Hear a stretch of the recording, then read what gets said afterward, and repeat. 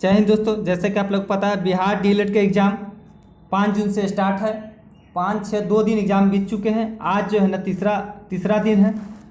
2 दिनों में जो एग्ज़ाम का पैटर्न रहा है, जो जिस हिसाब से आप क्वेश्चन पूछा गया है उसी पैटर्न पर जो हम एक नया टेस्ट सीरीज लेकर आए हुए हैं सोशल स्टडी का, यानी जीके का, जो 100% आपके एग्ज़ाम में आने के प्रबल संभावना है। और क्योंकि ये मैट्रिक अभी तक जो देखा गया है मैट्रिक स्तर के क्वेश्चन पूछे जा रहे हैं, तो उसी आधार पर जो है ना हमने क्वेश्चन तैयार किए हुए हैं। आप एक बार ज़रूर देखिए। जिनका भी एग्ज़ाम बचा हुआ है हम आपसे निवेदन कर रहे हैं कि आप ज़रूर देखिए एक बार वीडियो।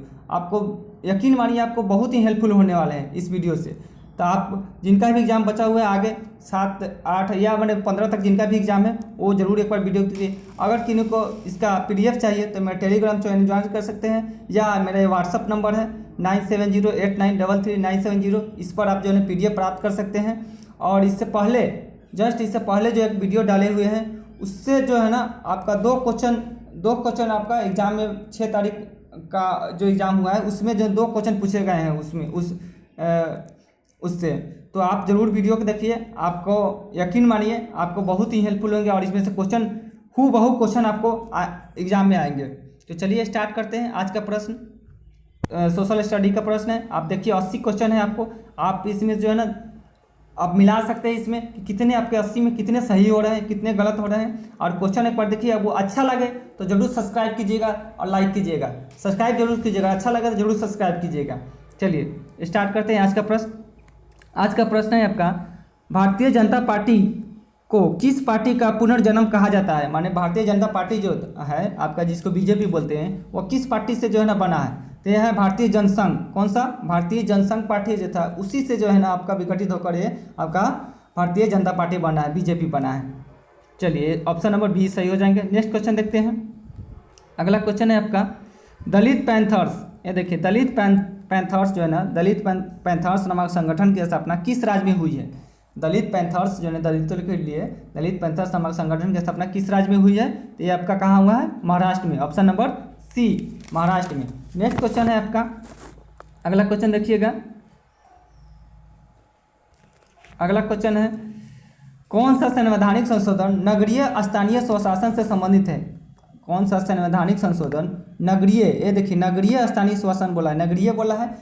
तो नगरीय अगर स्थानीय स्वशासन कहेगा तो ये आपका 74वां संविधान संशोधन, कौन सा? 74 संविधान संशोधन हो जाएगा। जबकि अगर यहाँ नगरीय है तो 74 हो जाएगा। अगर ग्रामीण कहता तो, अगर पंचायती राज कहता तो ये आपका 73वां संविधान संशोधन, अगर पंचायती राज कहता तो 73वां संविधान संशोधन। लेकिन नगरीय का है तो ये ऑप्शन नंबर बी 74वां संविधान संशोधन, याद रखिएगा। अगर ग्राम पंचायत का बात करता है तो 73वां हो जाता है, लेकिन अगर नगर निगम की बात करेगा नगरीय कहेगा तो 74वां संविधान संशोधन, याद रखिएगा। नेक्स्ट क्वेश्चन देखते हैं। इससे रिलेटेड जितने भी एक्स्ट्रा फैक्टर होंगे वो साथ में हम आपको बताते चलेंगे, तो आप जरूर जो है ना वीडियो को ध्यान से देखिएगा। नेक्स्ट क्वेश्चन है आपका, बलवंत राय मेहता समिति ने अपने प्रतिवेदन में कितने स्तरीय पंचायती राज की सिफारिश की थी? बलवंत राय मेहता समिति जो है ना कितने स्तर के जो है ना पंचायती राज की सिफारिश की थी? तो ये था त्रिस्तरीय। कौन सा? त्रिस्तरीय। एक था आपका ग्राम लेवल पर था, दूसरा था ब्लॉक लेवल पर, दूसरा था ब्लॉक लेवल था, और तीसरा था आपका जिला लेवल पर। 3 स्तर पर जो है इसने वकालत की थी। चलिए नेक्स्ट क्वेश्चन देखते हैं। अगला क्वेश्चन है, भारत में प्रथम नगर निगम की स्थापना कहाँ की गई थी? भारत में प्रथम नगर निगम की स्थापना कहाँ की गई थी? तो ये आपका ऑप्शन नंबर सी, मद्रास में। प्रथम नगर निगम की स्थापना आपका कहाँ किया गया था? मद्रास। बोले तो अभी इसका नाम है चेन्नई में। नेक्स्ट क्वेश्चन देखते हैं। अगला क्वेश्चन है आपका, सर्वप्रथम किस राज्य में महिलाओं को पंचायतों में 50% आरक्षण दिया गया? सर्वप्रथम देखिए यहाँ पर थोड़ा क्वेश्चन मिसप्रिंट है, इसके अकॉर्डिंग अब जो है ना आपका ऑप्शन नहीं दिया गया। अगर सर्वप्रथम की बात करें तो सर्वप्रथम किस राज्य महिलाओं को पंचायतों में आरक्षण 50% आरक्षण दिया गया था? तो सर्वप्रथम की बात करें तो वो राजस्थान है। कौन सा?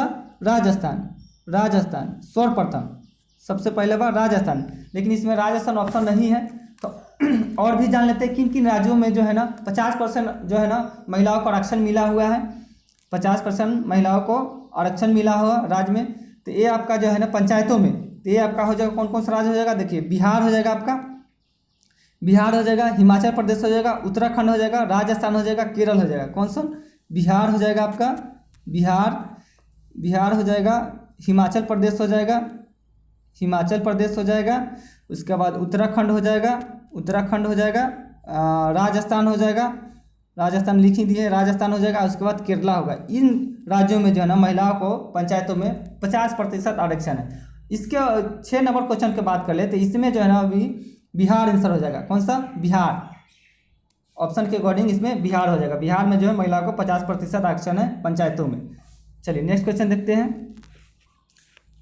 अगला क्वेश्चन है आपका, दल बदल कानून जो होता है ना निम्नलिखित में किस पर लागू होता है? दल बदल जो कानून है किस पर लागू होता है? तो ये जो दल बदल कानून है आपको सांसदों और विधायकों पर लागू होता है। किस पर? सांसदों और विधायक पर। जो एक पार्टी से दूसरे पार्टी जो है ना बदल लेते हैं, तो ये दल बदल कानून उन्हीं के लिए है, सांसदों के लिए।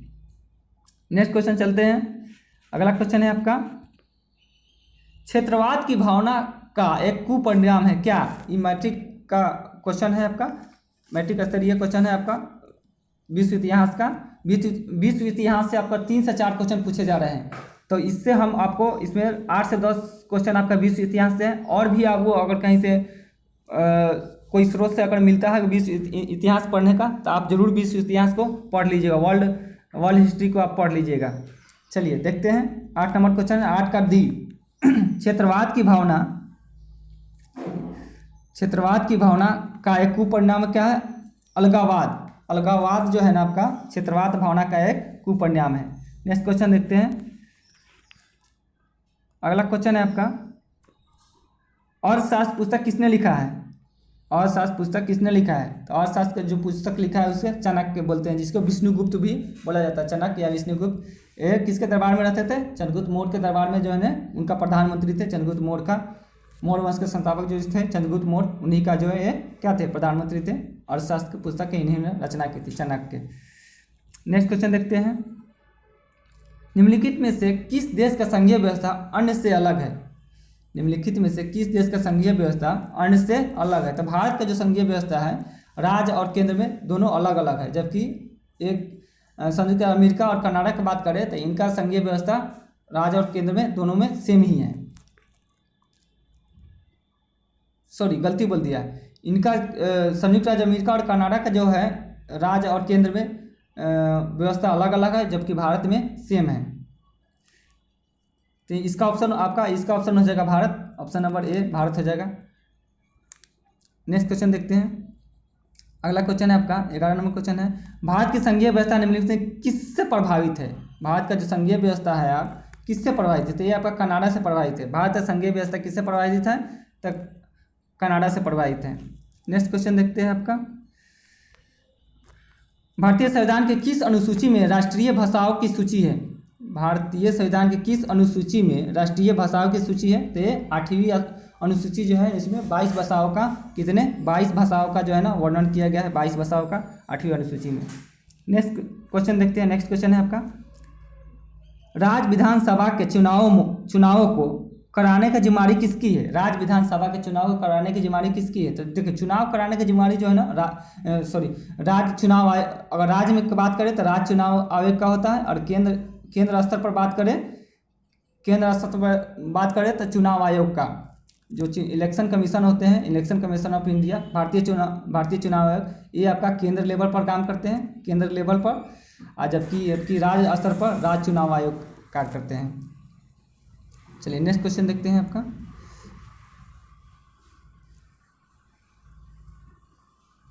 शिक्षा को संविधान के किस सूची में रखा गया है? शिक्षा को संविधान के किस सूची में रखा गया है? तो शिक्षक जो है ना समवर्ती सूची में रखा गया।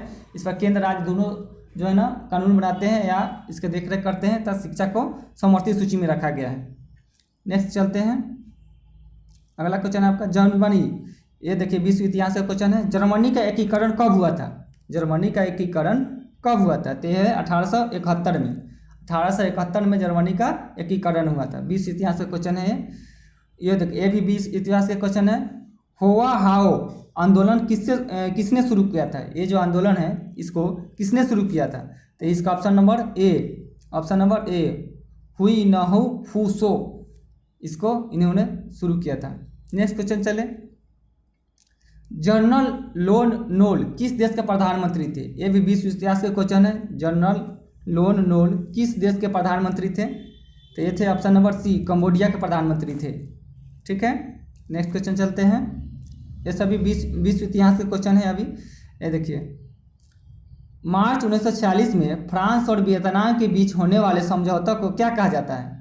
मार्च 1946 में फ्रांस और वियतनाम के बीच होने वाले समझौते को क्या कहा जाता है? तो उसको बोला जाता है हनोई समझौता। कौन सा? ऑप्शन नंबर बी, हनोई समझौता। नेक्स्ट क्वेश्चन देखते हैं। अब आइए इंडियन हिस्ट्री में। गांधी जी ने साबरमती आश्रम की स्थापना कहाँ की थी? तो गांधी जी ने साबरमती आश्रम की स्थापना आपका अहमदाबाद में किया था। नेक्स्ट क्वेश्चन देखिए, अगला क्वेश्चन है आपका, कांग्रेस के किस अधिवेशन में स्वशासन की जगह स्वराज का लक्ष्य रखा गया था? स्वशासन की जगह स्वराज का लक्ष्य रखा गया था। तो ये था आपका कलकत्ता अधिवेशन। कौन सा? कलकत्ता अधिवेशन, जो 1906 में हुआ था आपका कलकत्ता अधिवेशन। इसी में जो है ना स्वशासन की जगह स्वराज का जो है ना लक्ष्य रखा गया था कलकत्ता अधिवेशन में। नेक्स्ट क्वेश्चन देखते हैं।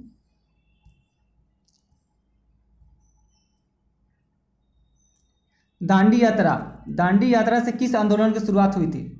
दांडी यात्रा जो है ना, दांडी यात्रा से किस आंदोलन की शुरुआत हुई? तो देखिए, दांडी यात्रा जो है ना 1930 में जो है ना 1930 में प्रारंभ हुआ था। तो 1930 में हुआ था।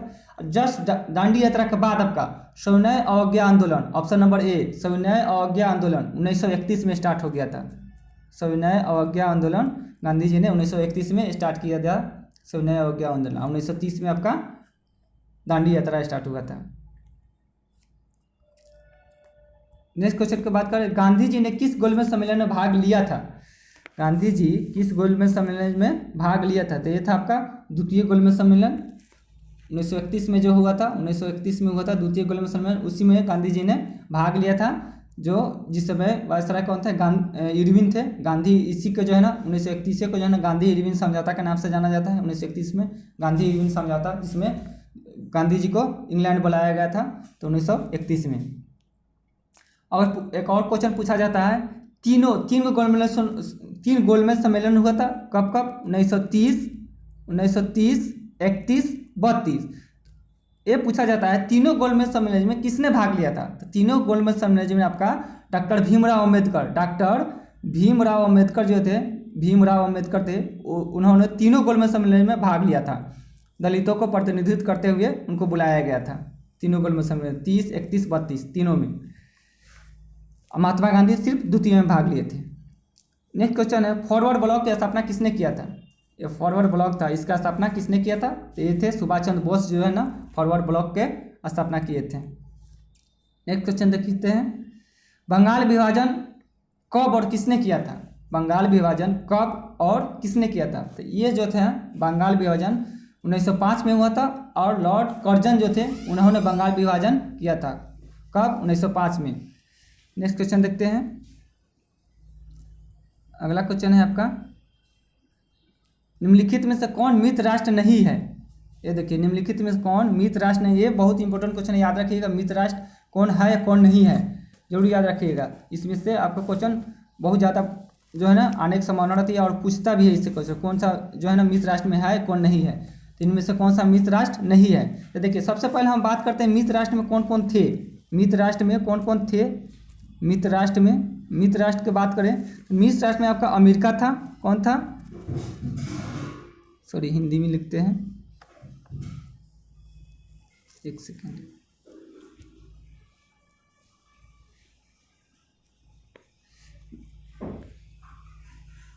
मित्र राष्ट्र का बात करें, देखिए आपका मित्र राष्ट्र का बात करें तो इसमें मित्र राष्ट्र में आपका थे कौन कौन? अमेरिका था, याद रखिएगा, अमेरिका था, इंग्लैंड था, फ्रांस था, जापान था और रूस,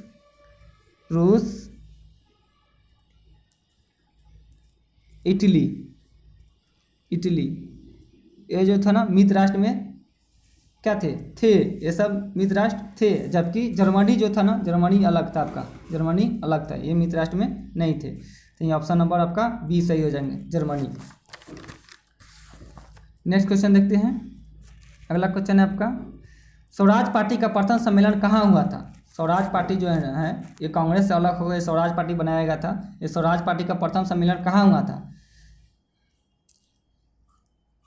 तो इसका ऑप्शन हो जाएगा ए, इलाहाबाद में प्रथम सम्मेलन जो है ना स्वराज पार्टी का गठन कहाँ पर, सम्मेलन कहाँ पर हुआ था? इलाहाबाद में।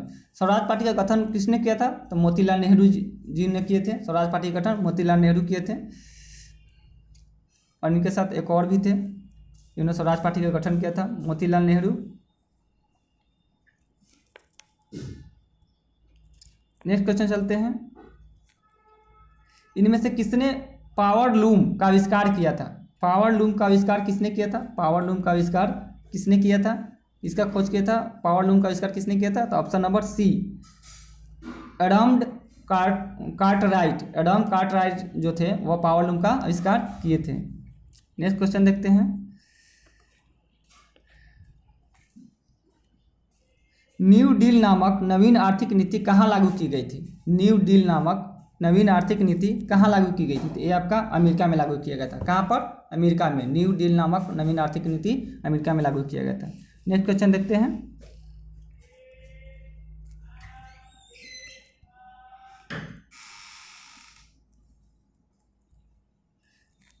ये देखिए अगला क्वेश्चन है आपका, 1991 में सोवियत संघ के विघटन के उपरांत कौन सा देश महाशक्ति के रूप में उभरा? क्योंकि पहले तो सोवियत संघ था आपका महाशक्ति के रूप में, जब इसका विघटन हो गया, जब टूट गया, अलग अलग देशों में जब बट गया, तो इसमें जो है ना सबसे शक्तिशाली देश के रूप में जो उभरा वो है आपका संयुक्त राज्य अमेरिका। ये संयुक्त राज्य अमेरिका जो है ना सबसे शक्तिशाली देश के रूप में उभरा था। आज भी शक्तिशाली देशों में ये पहले नंबर पर है अमेरिका। नेक्स्ट क्वेश्चन देखते हैं आपका, इनमें से कौन सा देश सार्क का सदस्य नहीं है? सार्क बोले तो दशेस का सदस्य नहीं है। कौन सा देश? 4 ऑप्शन दिए गए हैं, इसमें बोलना है इनमें से कौन सा देश दशेस यानी सार्क, ये देखिए इंग्लिश याद रखिए, सार्क का सदस्य नहीं है। तो सब इसके कौन सा सदस्य नहीं है, इसके जानने से पहले सबसे पहले हम जानते हैं सार्क का कौन कौन सा देश सदस्य है। कौन कौन सा देश सदस्य है? तो इसमें जो है ना 8 देश जो है ना इसका, कितने? 8 देश जो है ना इसका सदस्य है। कौन कौन सा 8 देश है? शॉर्ट में हम बता देते हैं, अफगानिस्तान है, भूटान है आपका, बांग्लादेश है, याद रखते चलिएगा, आप लिख लीजिएगा अपने कॉपी पर, बांग्लादेश है, भारत है, इंडिया भी है, उसके मालदीव है, उसके बाद बात करें तो नेपाल भी सार्क का सदस्य है, पाकिस्तान है, और उसके बाद श्रीलंका है, याद रखें, अफगानिस्तान, भूटान, बांग्लादेश, इंडिया, मालदीव, श्रीलंका, नेपाल, पाकिस्तान। ऑप्शन के अकॉर्डिंग बताइए इसमें से कौन सा सदस्य देश नहीं है? तो इसमें देखिए इंडोनेशिया जो है ना आपका सदस्य देश नहीं है। कौन सा? Indonesia, option number B, Indonesia जो है ना सार्क का सदस्य देश नहीं है। चलिए नेक्स्ट क्वेश्चन आपका देखते हैं। अगला क्वेश्चन है, रूसो किस देश का रहने वाला था? रूसो जो है आपका किस देश का रहने वाला था? 31 का आंसर बताइए। रूसो जो है ना फ्रांस का रहने वाला था। कहाँ? फ्रांस का। ऐसे मेनली इनका जन्म जेनेवा में हुआ था, ठीक है, मेनली इनका जन्म जो है ना जेनेवा में हुआ था, बट जो है ना ये जेनेवा में नहीं रहते थे, ये आपका फ्रांस का हो गए थे, फ्रांस में चले गए थे, फ्रांस का रहने वाले थे। किस देश का रहने वाला था? तो फ्रांस का। ऐसे जन्म आपका इनका जेनेवा में हुआ था। नेक्स्ट क्वेश्चन देखते हैं, अल हिलाल का संपादक किसने किया था? ये अल हिलाल था, अल हिलाल एक पुस्तक था, इसका संपादन किसने किया था? तो मौलाना अबुल कलाम आज़ाद। कौन? मौलाना अबुल कलाम आज़ाद जो थे वही अल हिलाल पुस्तक का संपादन किया था। नेक्स्ट क्वेश्चन देखते हैं, गुटेनबर्ग ने सर्वप्रथम किस पुस्तक की छपाई की थी? ये जो थे छपाई कला का जो शुरुआत किया था उन्होंने किसने किया था? तो गुटेनबर्ग ने ही किया था। जब छपाई कला की शुरुआत किए थे गुटेनबर्ग, तो सबसे प्रथम जो पुस्तक छपा गया था कौन सा पुस्तक था? तो वो था आपका बाइबिल जो है ना सबसे प्रथम पुस्तक था जिसको गुटेनबर्ग ने छपा था। नेक्स्ट क्वेश्चन देखते हैं, महात्मा गांधी ने इनमें से किसका संपादन किया था? महात्मा गांधी ने इनमें से किसका संपादन किया था? तो इनका ये पुस्तक था यंग इंडिया, इन्हीं का इन्होंने संपादन किया था महात्मा गांधी ने। चलिए नेक्स्ट क्वेश्चन देखते हैं आपका। अगला क्वेश्चन है आपका, काउंट काउर को विक्टर इमैनुअल ने किस पद पर नियुक्त किया था? काउंट काउर विदेशी हिस्ट्री है आपका, ये काउंट काउर जो थे को विक्टर इमैनुअल ने किस पद पर नियुक्त किया था? ये प्रधानमंत्री के पद पर इनको नियुक्त किया था। ऑप्शन नंबर सी सही हो जाएंगे। वियना सम्मेलन की मेजबानी किसने की थी? बहुत ही इंपॉर्टेंट क्वेश्चन। वियना सम्मेलन का मेजबानी किसने किया था? तो इसका जो है ना मेजबानी किसने किया था? ऑप्शन नंबर डी, सॉरी, हाँ ठीक है, मेटरनिक। किसने? मेटरनिक। वियना सम्मेलन की मेजबानी किसने किया था? तो मेटरनिक ने। ये सम्मेलन कहाँ हुआ था? तो ये आपका ऑस्ट्रेलिया में हुआ था। कहाँ पर? ऑस्ट्रेलिया में जो है ना इसका सम्मेलन हुआ था, ऑस्ट्रेलिया में। इसका सम्मेलन का जो है ना मेजबानी किसने किया था? तो मेटरनिक ने। किसने? मेटरनिक। नेक्स्ट क्वेश्चन देखते हैं। आंतरिक विद्रोह को दबाने के लिए रूस में किस संगठन की स्थापना किया गया था? तो इसका स्थापना जो है ना लाल सेना नामक कुर्ती का स्थापना किया गया था, लाल सेना का, आंतरिक विद्रोह को दबाने के लिए रूस में। नेक्स्ट क्वेश्चन देखते हैं। भारत में उपभोक्ता संरक्षण अधिनियम की घोषणा कब की गई थी? तो यह है आपका ऑप्शन नंबर ए 1986 में। भारत में उपभोक्ता संरक्षण अधिनियम की घोषणा कब हुई थी? तो 1986 में। अगला क्वेश्चन देखते हैं आपका। विश्व उपभोक्ता अधिकार दिवस कब मनाया जाता है? विश्व उपभोक्ता अधिकार दिवस कब मनाया जाता है? तो ये आपका 15 मार्च को मनाया जाता है। Option number B. 80 क्वेश्चन है इसलिए थोड़ा स्पीड में बता रहे हैं ताकि सेशन जो है ना लंबा हो जाएगा, वीडियो बड़ा हो जाएगा, इसलिए थोड़ा हम फास्ट में बता रहे हैं। अगर आपको कन्फ्यूजन हो तो आप वहाँ पर थोड़ा पॉज करके रोक कर जो है ना आप देख लीजिएगा सही से। भारत में सर्वप्रथम राष्ट्रीय आय का अनुमान कब लगाया गया था? भारत में सर्वप्रथम राष्ट्रीय आय का अनुमान कब लगाया गया था? तो 1868 में। सर्वप्रथम राष्ट्रीय आय का अनुमान किसने लगाया था? तो दादा भाई नौरोजी ने लगाया था। तो ये पूछा गया कब लगाया गया था? तो 1868 में। चलिए नेक्स्ट क्वेश्चन देखते हैं आपका। गरीबी की तुलना किस अर्थशास्त्री ने कैंसर रोग से की है? देखिए इसका जो है ना ऑप्शन के अकॉर्डिंग जो है ना ऑप्शन जो दिया गया है इसमें गलत ऑप्शन दिया गया है। गरीबी की तुलना किस अर्थशास्त्री ने कैंसर रोग से की है? तो इसके आंसर जो है ना आपका मेनली जो है ना इसका आंसर आपका हो जाएगा क्या बोलते हैं, अभिजीत बनर्जी जो थे उन्होंने गरीबी की तुलना अर्थशास्त्री के कैंसर रोग से की है। लेकिन आप ऑप्शन देखें, 4 ऑप्शन देखें तो मार्शल है, कुजनेस है, पिगू है, एडम स्मिथ है। ये चारों ऑप्शन इसमें मैच नहीं करते हैं। एडम स्मिथ एक और अर्थशास्त्री थे, उन्होंने इस बारे में कहा है। तो यहाँ पर मेनली आप जो है ना अभिजीत बनर्जी याद रखिएगा। नेक्स्ट क्वेश्चन देखते हैं आपका। मानव विकास सूचकांक निम्नलिखित में से किससे सम्मिलित किया गया है?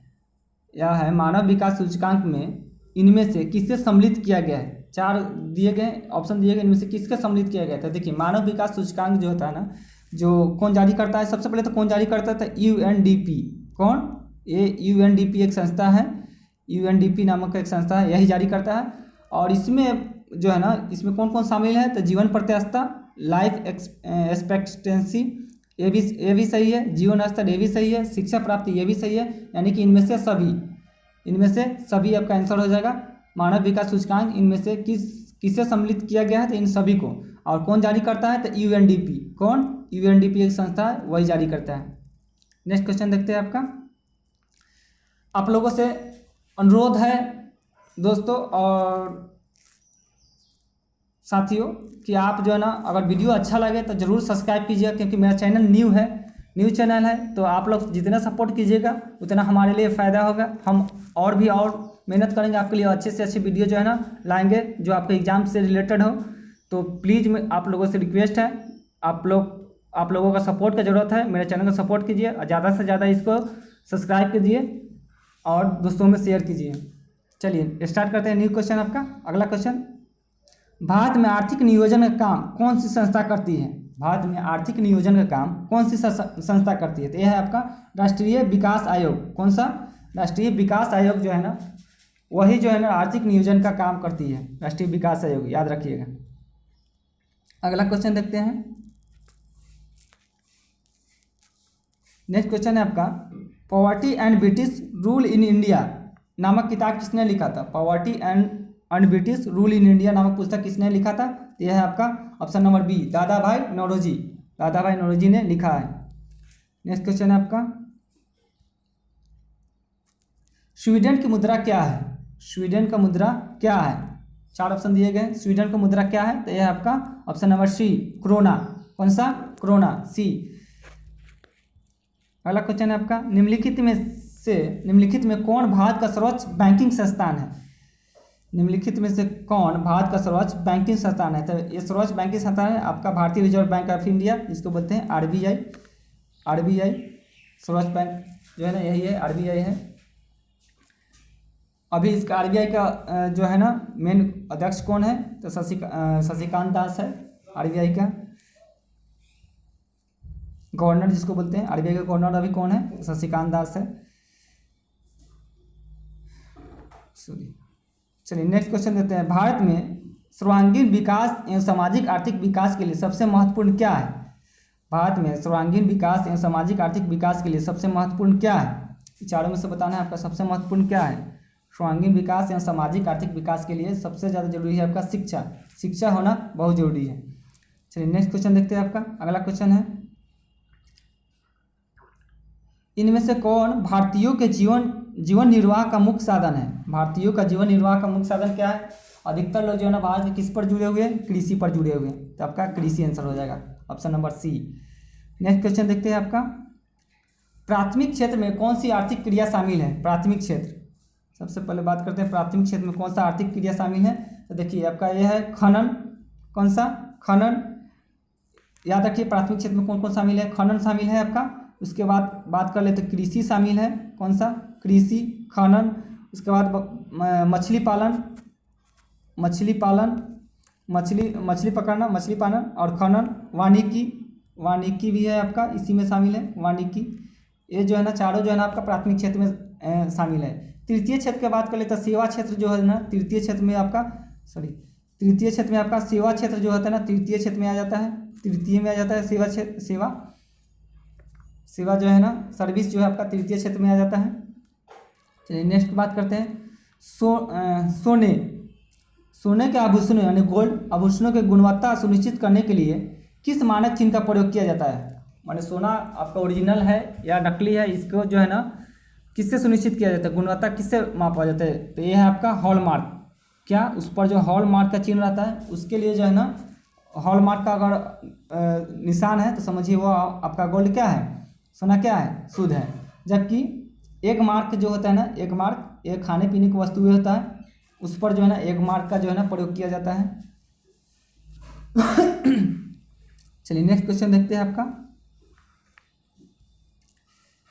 इनमें से किस संस्था का गठन 1954 में किया गया था? 1954 में किया गया था। देखिए इसके ऑप्शन के अकॉर्डिंग अगर बात करें तो इसमें ऑप्शन कोई भी नहीं है जो 1954 में जिसका क्या किया गया, गठन किया गया। क्योंकि देखिए योजना आयोग है तो इसका गठन 1950 में किया गया है, 1950 में किया गया। राष्ट्रीय विकास परिषद है तो इसका गठन 1952 में किया गया है, इसका गठन 1952 में किया गया है। राष्ट्रीय प्रतिदर्श सर्वेक्षण संगठन है, option number C. National sample survey है ऑर्गेनाइजेशन है, ऑप्शन नंबर सी का बात करें तो इसका गठन आपका 1950 में किया गया है, इसका भी गठन। केंद्रीय सांख्यिकी संगठन की बात करें तो इसका गठन 1951 में किया गया है, CSO जिसको बोलते हैं, इसका गठन 1951 में किया गया। तो 54 की बात करें तो 54 इसमें से नहीं है, तो इसका ऑप्शन गलत है आपका। इस क्वेश्चन को एलिमिनेट कर दीजिएगा। मेनली आपका ये याद रखिए योजना आयोग 1950 में, राष्ट्रीय विकास परिषद 1952 में, राष्ट्रीय प्रतिस्पर्धी सर्वेक्षण संगठन 1950 में, केंद्रीय सांख्यिकी संगठन 1951 में। चलिए नेक्स्ट क्वेश्चन देखते हैं आपका, मौसमी बेरोजगारी पाई जाती है कहाँ? किस क्षेत्र में जो है मौसमी बेरोजगारी पाई जाती है? मौसमी बेरोजगारी किस क्षेत्र में पाई जाती है? तो कृषि क्षेत्र में जो है ना आपका ये पाई जाती है। ये अर्थशास्त्र का आपका जो है ना क्वेश्चन है, कृषि क्षेत्र में आपका मौसमी बेरोजगारी पाई जाती है। पूंजीवादी अर्थव्यवस्था का गुण है क्या? पूंजीवादी अर्थव्यवस्था का क्या गुण है? जो पूंजीवादी जो अर्थव्यवस्था है उसका गुण क्या है? तो इनमें से सभी हो जाएगा। जो पूंजीवादी अर्थव्यवस्था है, जिनके पास पूंजी रहती है उनको संसाधनों का निजी स्वामित्व होता है, माने वो खुद का मालिक होते हैं और निजी लाभ लेते हैं और मूल तंत्र होते हैं, ये सभी पूंजीवादी अर्थव्यवस्था का गुण है। ऑप्शन नंबर डी सही हो जाएंगे। नेक्स्ट क्वेश्चन देखते हैं, तरुण भारत संघ का संबंध किस राज्य से है? ये देखिए तरुण भारत संघ जो है ना इसका संबंध किस राज्य से है? तो तरुण भारत संघ का जो संबंध है आपका ये राजस्थान से। तरुण भारत संघ क्या है, इसमें जो है ना एक निजी संस्था है जो लोगों को पानी पहुंचाने का काम करता है। जहाँ पानी की ज़्यादा किल्लत है वहाँ पर जो है ना एनजीओ के थ्रू जो है ना एनजीओ है जो वहाँ पर पानी पहुँचाता है, तरुण भारत संघ। ठीक है, चलिए नेक्स्ट क्वेश्चन देखते हैं।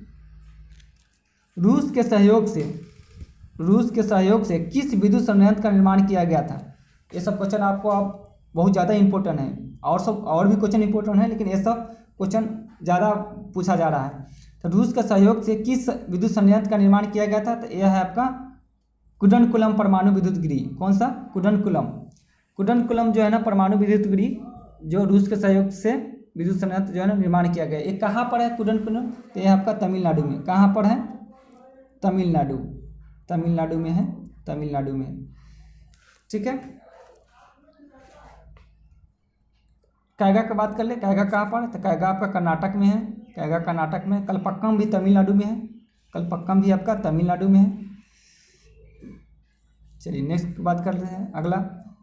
प्रारंभिक जीविका कृषि को इस नाम से भी जाना जाता है। प्रारंभिक जीविका का क्या है? कृषि है। इसको और किस नाम से भी जाना जाता है? तो देखिए ये झूम हो गया, पामलू हो गया, दीपा हो गया, ये सभी भी कृषि का ही एक प्रकार है। जो अलग अलग क्षेत्र में जो है ना छोटे छोटे समुदाय के लोग जो है ना कृषि का एक प्रकार है, जो वहाँ पर जो है ना कृषि करते हैं, अपना जीविका चलाने के लिए जो खेती करते हैं उसी को बोला जाता है झूम कृषि। जैसे हो गया आपका पहाड़ी इलाकों में ये सब, असम, मेघालय, ये सब क्षेत्रों में जो है ना ये सब झूम कृषि होता है। ये सब अलग अलग क्षेत्र में होता है, यानी इनमें से आपका सभी आंसर हो जाएगा। इनमें से सभी, ये सभी आपका कृषि का ही प्रकार है। नेक्स्ट क्वेश्चन की बात कर ले। अगला क्वेश्चन है आपका डेक्कन ओडिसी किस राज्य में चलाई जा रही है? डेक्कन ओडिसी जो है ना किस राज्य में चलाई जा रही है? तो देखिए डेक्कन ओडिसी जो है ना आपका महाराष्ट्र में चलाया जा रहा है। कहाँ पर, किस राज्य में चलाई जा रही थी? आपका महाराष्ट्र में। महाराष्ट्र और ओडिशा को जोड़ने वाला जो रेल संयंत्र है, जिनको दोनों को स्टेट को जोड़ने के लिए जो है ना डेक्कन ओडिसी चलाया जा रहा है। ओडिशा और महाराष्ट्र, किसको? ओडिशा और महाराष्ट्र को जोड़ने के लिए जो रेल चलाया जा रहा है उसी को ये नाम है डेक्कन ओडिसी। नेक्स्ट क्वेश्चन की बात करें आपका, भारत में वायु परिवहन का राष्ट्रीयकरण कब किया गया था? भारत में वायु परिवहन का राष्ट्रीयकरण कब किया गया था? तो इसका ऑप्शन नंबर ए 1953 में। भारत में वायु परिवहन का राष्ट्रीयकरण कब किया गया था? तो 1953 में। पिछले साल जो है क्वेश्चन पूछा गया था रेल परिवहन का जो है ना राष्ट्रीयकरण कब किया गया था। हमकी हो सकता है हमकी आपका पूछे वायु परिवहन का राष्ट्रीयकरण कब किया गया था? 1953 में। नेक्स्ट क्वेश्चन है आपका एन्नौर बंदरगाह किस राज्य में है? ये बंदरगाह है एन्नौर बंदरगाह किस राज्य में स्थित है? एन्नौर। तो एन्नौर आपका कहाँ पर हो गया? ऑप्शन नंबर डी तमिलनाडु में। एन्नौर कहाँ पर है आपका? एन्नौर बंदरगाह तमिलनाडु में। नेक्स्ट क्वेश्चन देखते हैं आपका बिहार की प्राचीनतम नदी घाटी परियोजना कौन सा है? बिहार का प्राचीनतम मान सबसे पुराना नदी घाटी परियोजना कौन सा है? सोन नदी घाटी परियोजना। कौन सा? बिहार की बात करें तो सोन नदी घाटी परियोजना जो है ना बिहार का सबसे प्राचीनतम नदी घाटी परियोजना है। सोन नदी घाटी परियोजना नेपाल से जो सटा हुआ है वहीं के आसपास है सोन नदी घाटी परियोजना। नेक्स्ट क्वेश्चन देखिए नंदा देवी राष्ट्रीय उद्यान कहाँ पर है? ये आपका नंदा देवी राष्ट्रीय उद्यान आपका कहाँ पर है? उत्तराखंड में। नंदा देवी राष्ट्रीय उद्यान आपका हो जाएगा उत्तराखंड। नेक्स्ट क्वेश्चन का बात करें चिपको आंदोलन की शुरुआत किसने की थी? ये आपका जो है चिपको आंदोलन की शुरुआत किसने की थी? तो ये थे आपका सुंदरलाल बहुगुणा। कौन? सुंदरलाल बहुगुणा, जिन्होंने चिपको आंदोलन की शुरुआत किया था। इसमें क्या था, वनों की कटाई से परेशान होकर लोगों ने वहाँ पर सभी जो पेड़ थे उनको पकड़कर चिपक जो है ना चिपक जाते थे और उनको काटने नहीं देते थे। यही था आपका चिपको आंदोलन, जिसको शुरुआत सुंदरलाल बहुगुणा ने किया था उत्तराखंड से। चलिए नेक्स्ट क्वेश्चन देखते हैं बिहार में कितने प्रतिशत भौगोलिक क्षेत्र में वन का फैलाव है? बिहार में कितने प्रतिशत भौगोलिक क्षेत्र में वन का फैलाव है? तो आपका हो जाएगा ऑप्शन नंबर डी 7%।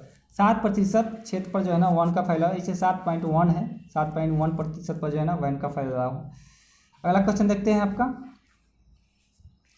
इनमें से कौन कार्बनिक खनिज नहीं है?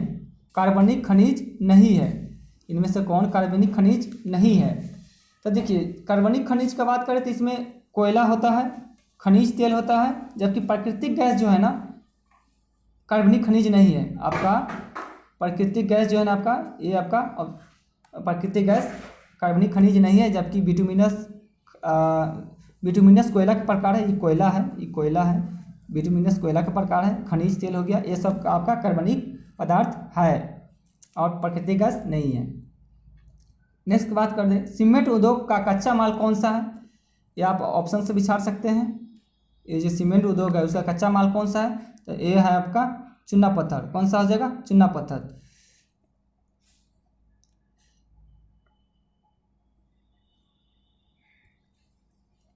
नेक्स्ट क्वेश्चन देखिएगा आपका, भारत का पहला तेल शोधक कारखाना कहाँ है?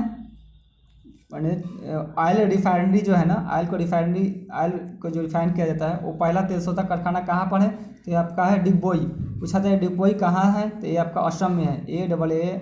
असम, ये आपका असम में है। असम का बात करते हैं तो यहाँ पर जो है ना एक और चीज़ पूछ लिया जाता है, एक सींग वाला जो गेंडा है वो असम में पाया जाता है। किस राष्ट्रीय उद्यान में? तो वो है आपका काजीरंगा राष्ट्रीय उद्यान। कौन सा? काजीरंगा राष्ट्रीय उद्यान। चलिए नेक्स्ट क्वेश्चन की बात कर ले। अगला क्वेश्चन है आपका, मुंबई हाई प्रसिद्ध है किस लिए? ये मुंबई हाई एक क्षेत्र है, मुंबई हाई क्षेत्र है, किस लिए प्रसिद्ध है? तो ये आपका जो है ना मुंबई हाई तेल शोधन हेतु प्रसिद्ध है। किस लिए? यहाँ पर तेल का जो है ना निकाला जाता है, तेल शोधन हेतु बहुत ज़्यादा प्रसिद्ध है। मुंबई हाई प्रसिद्ध है तेल शोधन हेतु। नेक्स्ट क्वेश्चन की बात कर ले, भारत की प्रमुख खाद्यान्न फसलें कौन सी हैं? तो भारत में लोग ज़्यादा चावल खाते हैं, तो भारत की प्रमुख खाद्यान्न फसल कौन सा हो जाएगा? चावल। नेक्स्ट क्वेश्चन की बात करते हैं, जूट उत्पादन में कौन सा देश अग्रणी है? यानी प्रथम स्थान किसका है? सबसे ज़्यादा जूट का उत्पादन कहाँ पर होता है? जूट का। तो देखिए सबसे ज़्यादा अगर उत्पादन की बात करें तो जूट का बांग्लादेश में होता है। कहाँ पर? बांग्लादेश। अगर भारत का बात करें तो भारत का बांग्लादेश से जस्ट सटा जो राज्य है भारत का वो है आपका पश्चिम बंगाल। कौन सा? पश्चिम बंगाल। पश्चिम बंगाल, यहाँ पर भारत में सबसे ज़्यादा जो है ना पश्चिम बंगाल में जो है ना जूट का खेती होता है। ठीक है, याद रखिएगा। चलिए अगला क्वेश्चन देखते हैं आपका, इनमें से कौन सा लौह अयस्क का अग्रणी उत्पादक है? लौह मतलब लोहा सबसे ज़्यादा इनमें से कहाँ पर पाया जाता है?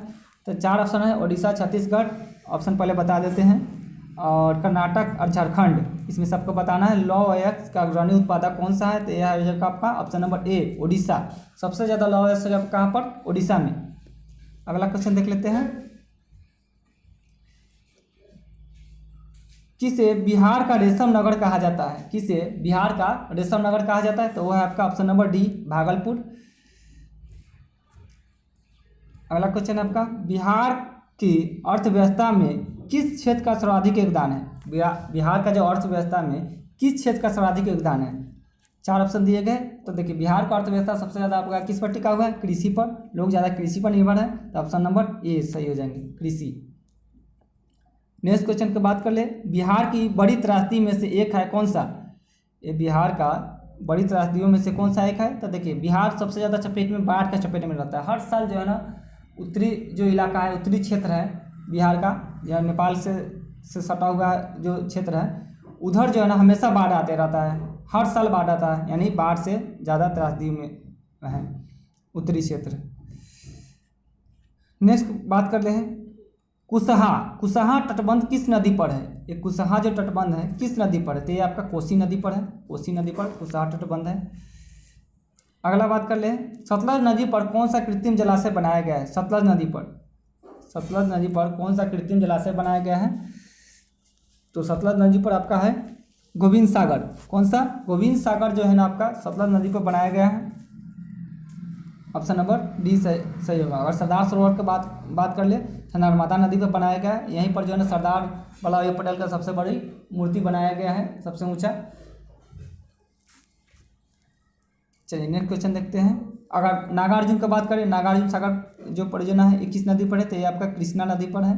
कौन सा? कृष्णा नदी पर है। चलिए नेक्स्ट क्वेश्चन देखते हैं, आपदा प्रबंधन का प्रमुख घटक कौन सा है? आपदा प्रबंधन का प्रमुख घटक कौन सा है? यानी आपदा जब आती है, बाढ़ है, सब जो आता है, सुखाड़ आता है, उसका प्रबंधन का मेन जिम्मेदारी किसके पास है? तो इसका जिम्मेदार स्थानीय स्वशासन जो है ना वहाँ का, उनको ज़्यादा पहले जिम्मेदारी रहती है कि बाढ़ वहाँ का बांध ये सब जो है ना उसका मरम्मत कराए, पहले से सचेत रहे, जानकारी दे। तो स्थानीय स्वशासन का है, वहाँ प्रशासन का। नेक्स्ट क्वेश्चन है, सुदूर संवेदी उपग्रह का उपयोग किस लिए किया जाता है? ऑप्शन ए है आपका, सुदूर संवेदी उपग्रह का प्रयोग किस लिए किया जाता है? ऑप्शन है दूर संचार के लिए, संसाधनों की खोज के लिए, उसके बाद है मौसम विज्ञान के लिए, इनमें से सभी के लिए, इनमें से सभी के लिए। तो ये हो जाएगा ऑप्शन नंबर डी, इनमें से सभी के लिए, इनमें से सभी के लिए। चलिए नेक्स्ट क्वेश्चन देखते हैं आपका। अगला क्वेश्चन आपका, 26 दिसंबर 2004 को विश्व के किस हिस्सों में भयंकर सुनामी आया था? ये 26 दिसंबर 2004 को विश्व के किस हिस्सों में भयंकर सुनामी आया था? तो यह है आपका हिंद महासागर। हिंद महासागर में जो है ना भयंकर तूफान आया था, सुनामी आया था। अगला क्वेश्चन की बात कर ले, भारत का अत्यंत विनाशकारी भूकंप आया था, बहुत चर्चित रहा था, ये कब आया था? 1934 में। 1934 में जो है ना भारत में अत्यंत विनाशकारी भूकंप आया था। नेक्स्ट क्वेश्चन और आखिरी क्वेश्चन है हमारा, सुनामी शब्द जो है ना, सुनामी शब्द किस भाषा का शब्द है? ये है सुनामी जो शब्द है आपका जापानी भाषा का शब्द है, जापानी भाषा का शब्द है। इस प्रकार हमने 80 क्वेश्चन का डिस्कस कर दिया है, जो आपको अति इंपॉर्टेंट क्वेश्चन है, माने आपको एग्जाम में प्रबल संभावना है आने के। आप इसको एक बार जरूर देखिएगा और दोस्तों को शेयर कीजिएगा। और प्लीज़ आप लोगों से रिक्वेस्ट है, मेरा चैनल थोड़ा न्यू है तो आप सपोर्ट कीजिए उसको, ज़्यादा से ज़्यादा इसको आप चैनल को सब्सक्राइब कीजिए और दोस्तों को शेयर कीजिए। तब तक के लिए जय हिंद, जय भारत।